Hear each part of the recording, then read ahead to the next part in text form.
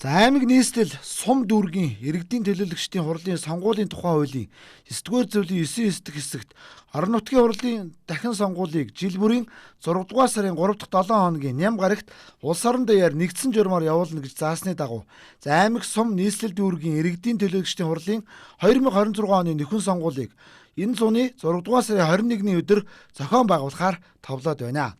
За дараах тохиолдлуудад аймаг нийслэл сум дүүргийн иргэдийн төлөөлөгчдийн хурлын нөхөн сонгуулийг явуулдаг байна. За үүнд төлөөлөгч нас барсан хүндэтгэн үзэх бусад шалтгаанаар чөлөөлөгдөх хүсэгтлээ өөрөө гаргасан.